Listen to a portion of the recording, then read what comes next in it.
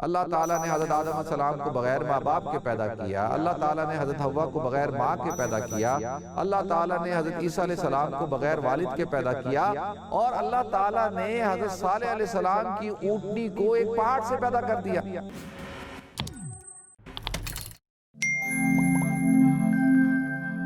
عالمین والعاقبۃ للمتقین والصلاة والسلام علی اشرف الانبیاء والمرسلین وعلی آلہ وصحبہ اجمعین، اما بعد فاعوذ باللہ السمیع العلیم من الشیطان الرجیم، بسم اللہ الرحمن الرحیم۔ ان مثل عیسیٰ عند اللہ کمثل آدم خلقہ من تراب ثم قال له کن فیکون، صدق اللہ العظیم۔ اللہم صلی علی محمد وعلی آل محمد کما صلیت علی ابراہیم وعلی آل ابراہیم انک حمید مجید، اللہم بارک علی محمد وعلی آل محمد کما بارکت علی ابراہیم وعلی آل ابراہیم انک حمید مجید، رب اشرح لی صدری ویسر لی امری واحلل عقدۃ من لسانی یفقہوا قولی۔ محترم ناظرین کرام، بزرگان دین اور میری عزیز ماؤں اور بہنوں بھائیوں، السلام علیکم ورحمۃ اللہ وبرکاتہ۔ ناظرین، گفتگو کر رہے تھے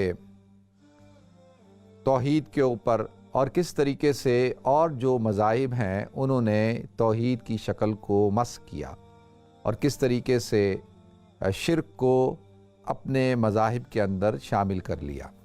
تو اس حوالے سے میں نے کل تفصیل کے ساتھ گفتگو کی تھی، تو لہذا اسی سلسلے کو ہم آگے لے کے چل رہے ہیں۔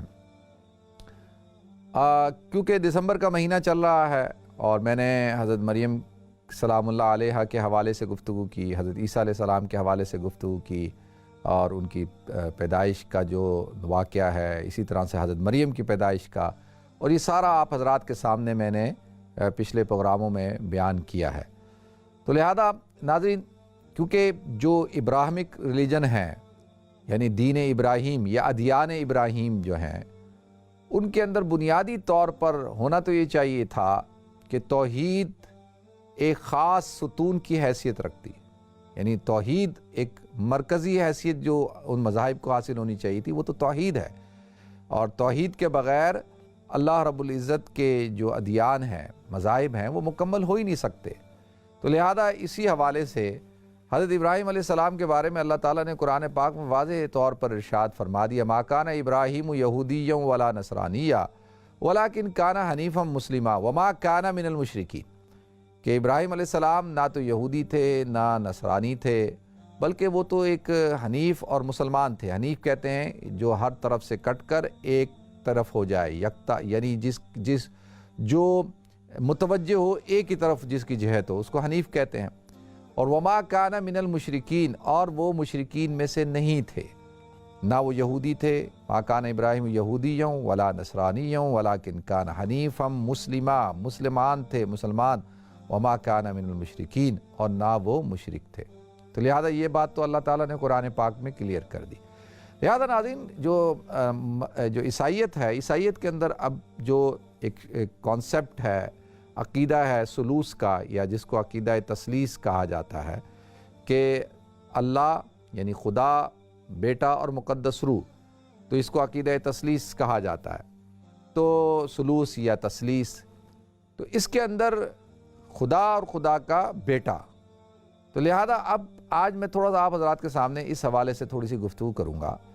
قرآن پاک میں اللہ رب العزت نے ارشاد فرمایا کہ ان مثل عیسیٰ عند اللہ کمثل آدم، کہ ان مثل عیسیٰ علیہ السلام کی مثال اللہ کے نزدیک ایسی ہے جیسے کہ کمثل آدم، جیسے کہ حضرت آدم علیہ السلام کی، خلقہ من تراب، اللہ تعالیٰ نے ان کو مٹی سے پیدا کیا، ثم قال له کن فیکون، پھر اللہ نے کہا ہو جاؤ، وہ ہو گئے، یعنی کن، اللہ کے کن سے فیکون ان کو وجود مل گیا۔ تو لہذا اذا اراد شیئا ان یقول له کن فیکون، قرآن میں اللہ تعالیٰ نے سورہ یاسین میں ارشاد فرما دیا، جب اللہ تعالیٰ کسی چیز کے کرنے کا ارادہ کرتے ہیں، اذا اراد شیئا ان یقول له، بس یہ کہتے ہیں کن فیکون، وہ چیز ہو جاتی ہے۔ تو اللہ کے کن سے چیزوں کو وجود مل جاتا ہے۔ تو حضرت آدم علیہ السلام بھی ایسے ہی ہیں، تو اب عیسیٰ علیہ السلام بھی اسی طرح ہی ہیں، یعنی عیسیٰ اور آدم میں کوئی فرق نہیں ہے۔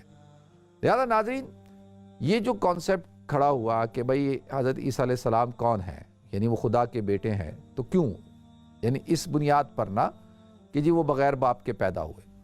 تو لہذا جب وہ بغیر باپ کے پیدا ہوئے ہیں تو وہ اللہ کے بیٹے ہو گئے۔ اور قرآن کہتا ہے کہ اگر یہی دلیل مان لی جائے کہ وہ بغیر باپ کے پیدا ہوئے ہیں تو پھر آدم علیہ السلام کون ہے؟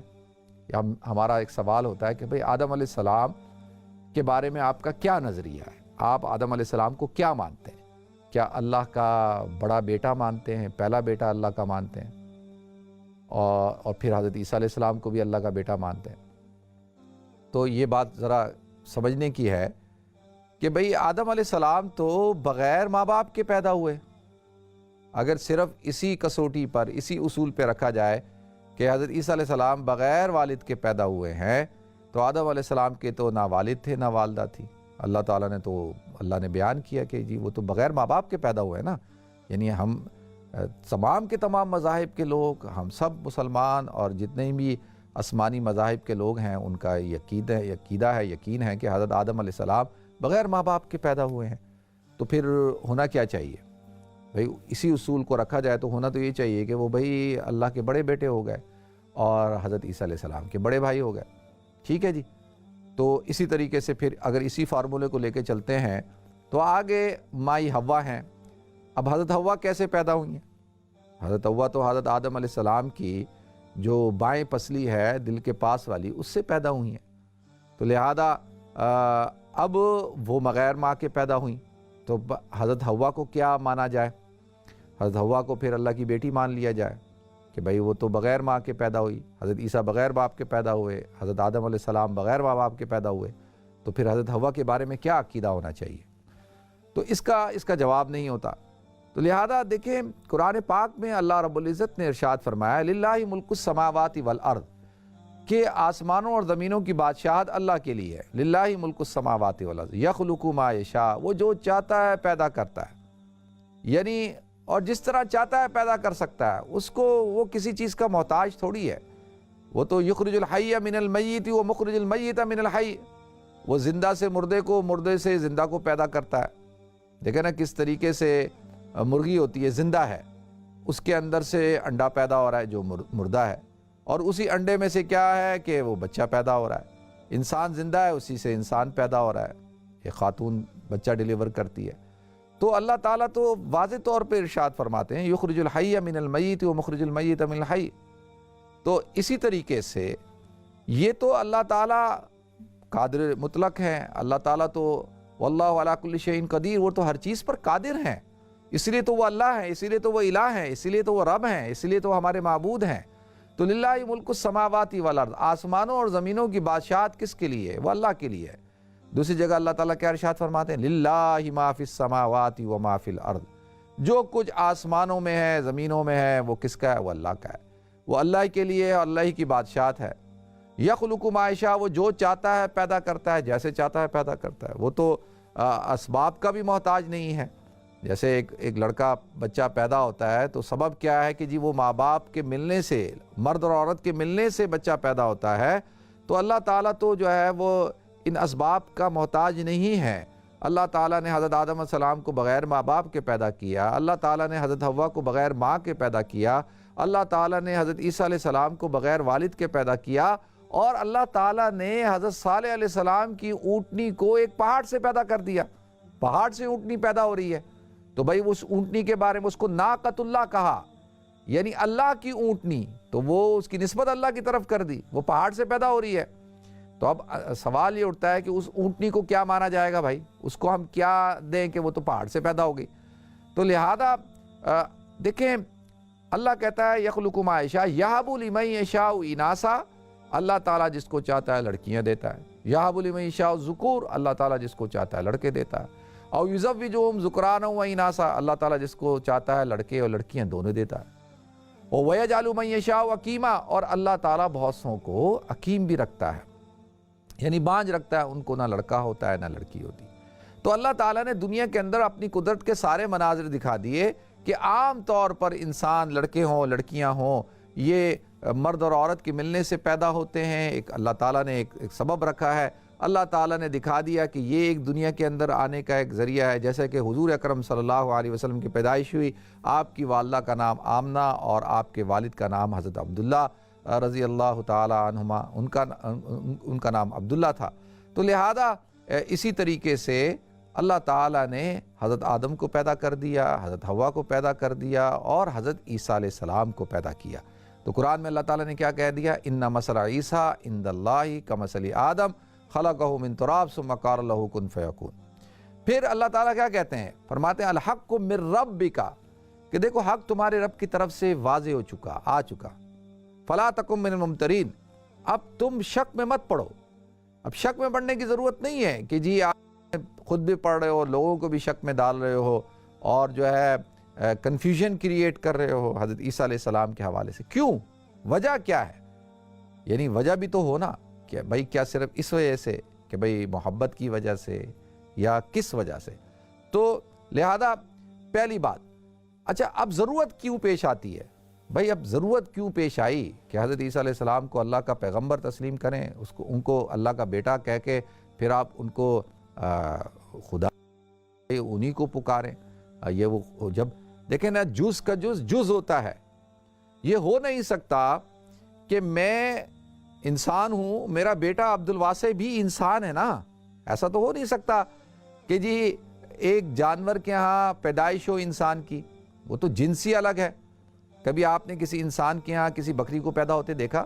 کسی گھوڑے کو پیدا ہوتے ہوئے دیکھا؟ کسی جانور کو، کسی اور مخلوق کو، کسی مرغی کو، کسی چیز کو پیدا ہوتے دیکھا؟ انسان ہی پیدا کرے گا۔ اسی طرح سے گھوڑا جو ہے وہ گھوڑا ہی پیدا کرتا ہے، گھوڑا اس کی پیدائش کا سبب بنتی ہے۔ بکری کے ہاں بکرا اور بکری ہی پیدا ہوتی ہیں۔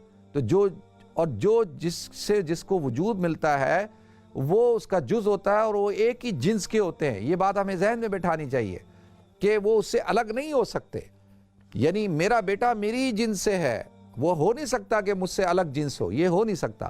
اگر حضرت عیسیٰ علیہ السلام اللہ رب العزت کے بیٹے ہیں تو پھر وہ ایک ہی جنس کے ہوں گے، یہ ہو نہیں سکتا کہ ان کی جنس الگ الگ ہوں۔ اب سوال یہ اٹھتا ہے کہ یہ کیسی بات ہوئی کہ اللہ کی جنس الگ ہو اور بیٹے کی جنس الگ ہو؟ یہ تو ہو نہیں سکتا۔ یہ کیسے کہ بھائی اچھا پھر جب مجھے زوال ہے تو میرے بیٹے کو بقا کیسے ہوگی؟ بھائی یہ تو ہو نہیں سکتا۔ یا مجھے بقا ہے تو میرے بیٹے کو زوال کیسے ہوگا؟ بھائی میں ہمیشہ ہمیشہ رہوں، میرا بیٹا ختم ہو جائے، یا میرا بیٹا ہمیشہ ہمیشہ رہے، میں ختم ہو جاؤں، یہ کیسے ہو سکتا ہے؟ یہ تو ہو نہیں سکتا، کیونکہ ہم تو مخلوق ہیں اور انسان ہیں اور ہمارے اندر عجز ہے، ہمارے اندر جو ہے وہ کمزوری ہے اور ہم دن بدن بوڑھے ہو رہے ہیں، اپنے زوال کی طرف جا رہے ہیں، اپنے اختتام کی طرف جا رہے ہیں۔ آج میں جا رہا ہوں، مجھ سے پہلے میرے والد صاحب گئے، پھر میں جا رہا ہوں اور میرے بیٹا جائے گا، اسی طریقے سے یہ دنیا چلے گی۔ تو لہذا جس طرح سے مجھے بقا نہیں ہے، مجھے زوال ہے، اسی طرح سے میرے بیٹے کو بھی زوال ہے، اس کو کیسے بقا ہو سکتی ہے؟ اب سوال یہ اٹھتا ہے کہ اللہ تو باقی ہے اور ہمیشہ سے ہمیشہ رہے گا، لیکن اس کا جو بیٹا ہے وہ اس کو زوال ہے اور وہ جو ہے وہ ختم ہو گیا، اس کو سولی پہ چڑھا دیا گیا، وہ انتقال کر گئے، یہ کیسے ہو سکتا ہے؟ تو وہ تو جیسے اللہ جب باپ کو بقا ہے تو بیٹے کو بھی بقا ہونی چاہیے، تو یہ بات عقل کے خلاف۔ اچھا دوسری بات یہ کہ دیکھیں بیٹے کی ضرورت کیوں پیش آتی ہے انسان کو، انسان کیوں بیٹے کا مطالبہ کرتا ہے؟ وہ اس لیے کرتا ہے کہ دو وجوہات کی بنا پر۔ ایک تو یہ کہ انسان کی خواہش ہوتی ہے کہ وہ اس کا نام چلے اور اس کا کوئی وارث ہو۔ دیکھیں میں نے آپ حضرات کے سامنے حضرت زکریا علیہ السلام کی مثال دی تھی۔ انہوں نے کیا، وہ تو بوڑھے تھے، ان کی بیوی بھی بانجھ تھی، تو انہوں نے کیا کہا کہ یہ یرثنی و یرث من آل یعقوب، اے اللہ تو مجھے اولاد عطا فرما جو میری وارث ہو، میری آل یعقوب کی وارث ہو۔ حضرت ابراہیم علیہ السلام کیا کہتے ہیں؟ ربی حب لی من الصالحین، تو اے اللہ تو مجھے ہبہ کر صالح اولاد۔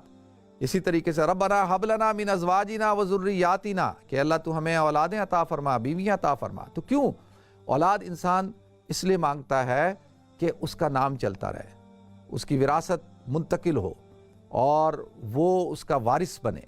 تو لہذا اور دوسرا کیا کہ انسان کمزور ہے اور وہ یہ چاہتا ہے، دیکھیں ایک کاشتکار ہے، زمیندار ہے، اس کو بیٹے کیوں چاہیے؟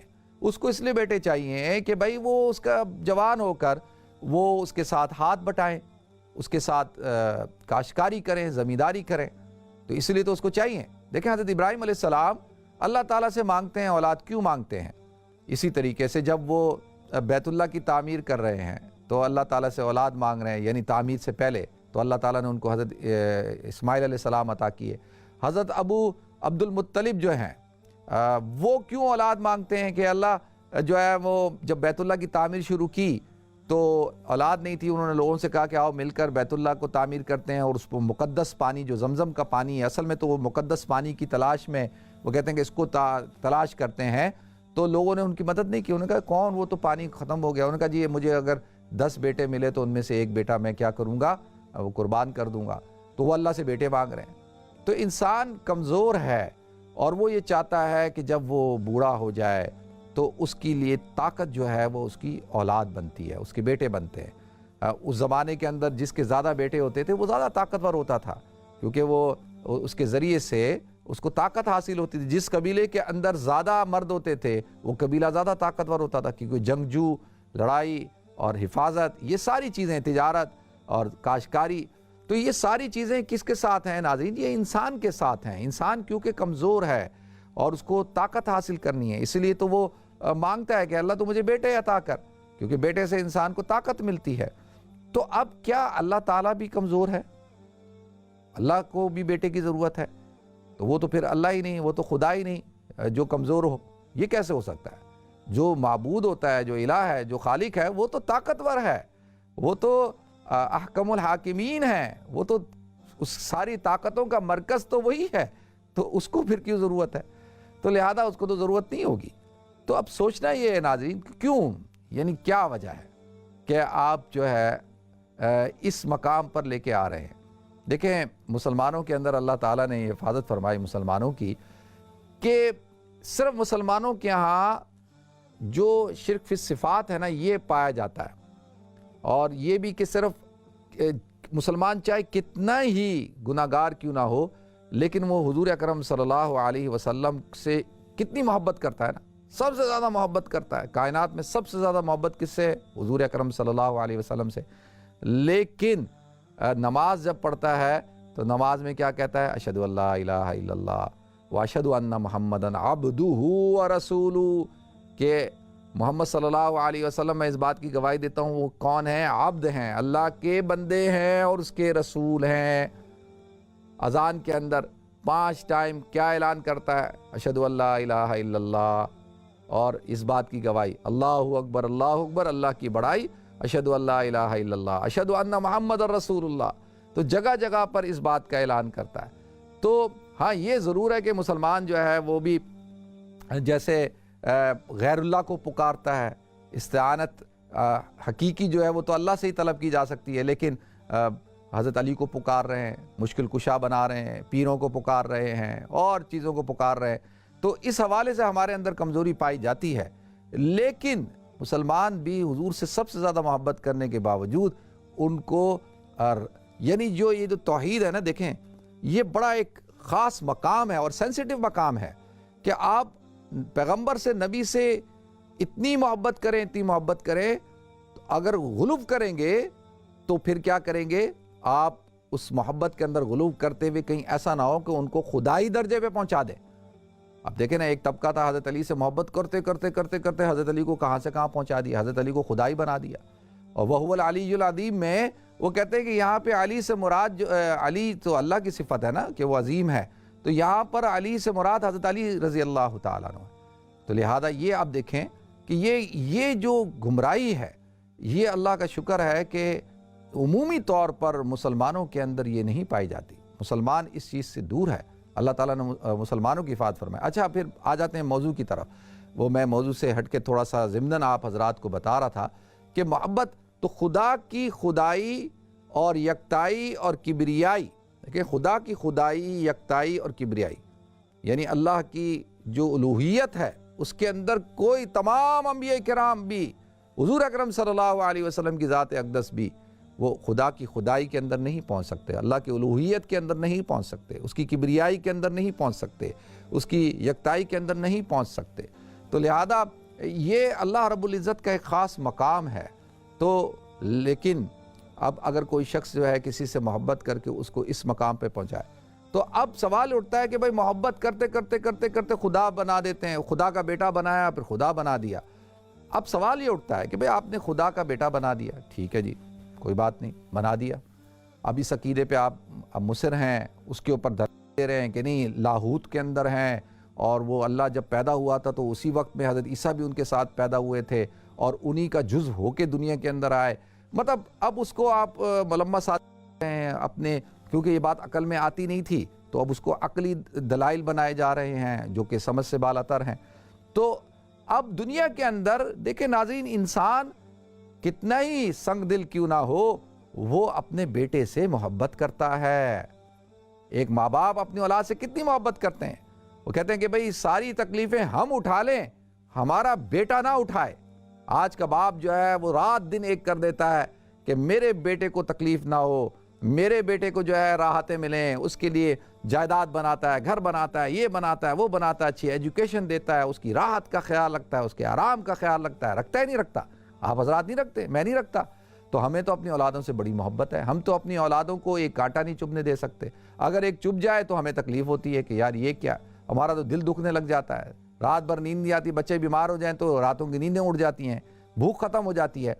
تو وہ الہ، وہ معبود، وہ کیسے اپنے بیٹے کو جو ہے وہ سولی پہ چڑھوا دیتا ہے، اس کو جو ہے وہ تکلیفیں، آلام، بقول آپ حضرات کے کہ تشدد کیا گیا، ان کو جو ہے وہ مارا گیا اور کانٹوں کا جو ہے وہ تاج پہنایا گیا اور کانٹوں والی جھاڑی سے جو ہے جھاڑی سے ان کو ضربیں لگائی گئیں، پورا جسم جو ہے چھلنی کر دیا گیا اور پھر ان کو اتنی اذیت دی گئی کہ ان کو سولی پہ چڑھایا گیا اور پھر اس کے بعد جو ہے ان کو کیلیں ٹھوک ٹھوک کر جو ہے ان کے ہاتھوں کو، پاؤں کو، اور جو ہے اتنی اذیت دی. اچھا بھائی یہ خدا اپنے بیٹے سے اتنی محبت کرتا ہے تو اس نے اپنے بیٹے کو اتنی تکالیف دی. اچھا پھر یہ بات دیکھیں، گناہ میں کروں، سزا کسی اور کو ملے. قرآن کے اندر اصول کیا ہے؟ وَلَا تَزِرُ وَازِرَةٌ وِزْرَ أُخْرَىٰ. قرآن کہتا ہے کہ کوئی کسی کا بوجھ نہیں اٹھائے گا. لا تظلموا شیئا، کوئی ذرا سا ذرہ برابر ظلم نہیں کیا جائے گا. وَنَضَعُ الْمَوَازِينَ الْقِسْطَ لِيَوْمِ الْقِيَامَةِ فَلَا تُظْلَمُ نَفْسٌ شَيْئًا وَإِنْ كَانَ مِثْقَالَ حَبَّةٍ مِّنْ خَرْدَلٍ أَتَيْنَا بِهَا وَكَفَىٰ بِنَا حَاسِبِينَ. اللہ کہتا ہے اس دن جو ہے کسی کے اوپر، کسی نفس کے اوپر ذرہ برابر ظلم نہیں کیا جائے گا. اگر کسی نے ایک ذرہ برابر بھی نیکی کی ہوگی، رائے کے دانے کے برابر بھی نیکی کی ہوگی، اس کو بھی لایا جائے گا. اور وَكَفَىٰ بِنَا حَاسِبِينَ، اور ہم سب سے بہترین حساب رکھنے والے. تو اللہ تو کہتا ہے کہ بھئی کوئی کسی کا بوجھ نہیں اٹھائے. یوم یفر المرء من اخیہ وامہ وابیہ وصاحبتہ وبنیہ لکل امرئ منہم یومئذ شأن یغنی. ہر ایک کو اپنی اپنی پڑی ہوگی. تو اللہ تو کہتا ہے کہ بھئی جو عمل کرے گا اس کا خمیازہ وہ خود بھگتے گا، کوئی کسی کے عوض میں اس کو سزا نہیں ملے گی. یہ تو پھر ظلم ہو گیا، یہ تو انصاف نہیں ہوا. یہ کیسا انصاف ہے؟ تو اب گناہ جو ہے وہ ساری کائنات کرے، گناہ ہر کائنات کا ہر فرد کرے، اور اس کے عوض میں اللہ تعالیٰ اپنے محبوب بیٹے کو سولی پہ چڑھوا دیں کہ میں سولی پہ چڑھ جاؤں. اچھا اب یہ نہیں کہ جو پیدا ہو چکے ہیں اور جو پیدا ہونے والے ہیں، قیامت تک جو پیدا ہونے والے ہیں، جو گناہ کریں گے، جو ظلم زیادتیاں کریں گے، جو اللہ کی نافرمانیاں کریں گے، اور ان سب کا خمیازہ کس نے؟ حضرت عیسیٰ علیہ السلام نے اپنے اوپر لے لیا اور ان سب کو کھلی چھوٹ دے دی. دیکھیں یہ بات عقل میں آتی ہے؟ عقل میں تو نہیں آتی. نہ عقل میں آتی ہے، نہ یہ کوئی کتاب و سنت سے، نہ کسی الہامی کتاب سے یہ بات ثابت ہے. تو یہ بات تو سمجھنے کی ہے نا. اب سوال یہ اٹھتا ہے کہ دیکھیں کہ یہ نظریہ قائم کر کے کیا آپ نے کس کو چھوٹ دی؟ کیا اپنے آپ کو چھوٹ دی کہ بھئی جو دل چاہے کرو، جو کرنا ہے کرو، اور ہمارے عوض میں حضرت عیسیٰ علیہ السلام جو ہے وہ سولی پہ چڑھ گئے، انہوں نے تکلیف اٹھا لی ہے اور مشقتیں اٹھا لی، ہمارا کفارہ ہو گیا. تو کیا یہ صرف اپنے آپ کو آزادی دینے کے لیے ہے، یا یہ بات، اب یہ بات میں بھی سمجھ رہا ہوں، آپ حضرات بھی سمجھیں. تو اللہ تعالیٰ مجھے بھی توفیق عطا فرمائے، آپ حضرات کو بھی توفیق عطا فرمائے. تو ناظرین ہمیں بریک کی طرف جانا ہے، موضوع بہت طویل ہے، ذرا میں نے کوشش کر رہا ہوں آپ حضرات کو آسان الفاظ میں سمجھاؤں، اور جو ہمارے مختلف مذاہب کے جو بھائی ہیں ان کو بھی دعوت فکر ہے، دعوت عمل ہے، دعوت فکر ہے کہ بھئی غور و فکر کریں. اور قل یا اہل کتاب لا تغلوا فی دینکم، اہل کتاب اپنے دین میں غلو مت کرو. ولا تقولوا علی اللہ الا الحق، اور اپنے اللہ کے بارے میں کوئی ایسی بات نہ کرو جو صرف حق ہے. اور انما المسیح عیسی ابن مریم رسول اللہ، تو لہذا مسیح عیسیٰ ابن مریم اللہ کے رسول ہیں، بس یہ بات آپ ذہن میں رکھیں۔